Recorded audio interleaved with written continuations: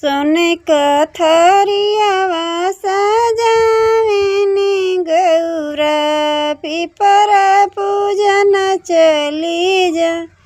पीपरा ही पूजे गौरा घर के लावटानी बोले बाबा हंसना ठाठा।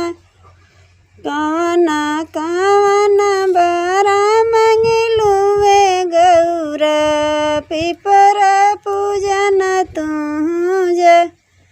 नैहरे में मंगनी बोले जी भैया से बाती जावा। ससुर में पूरा परिवार अपने के मंगनी बोले जी सुहाग सिंदूरवा। स्वामी मोरा अमर हो जा। अपने के मंगनी शिव जी सुहाग सिंदूरवा।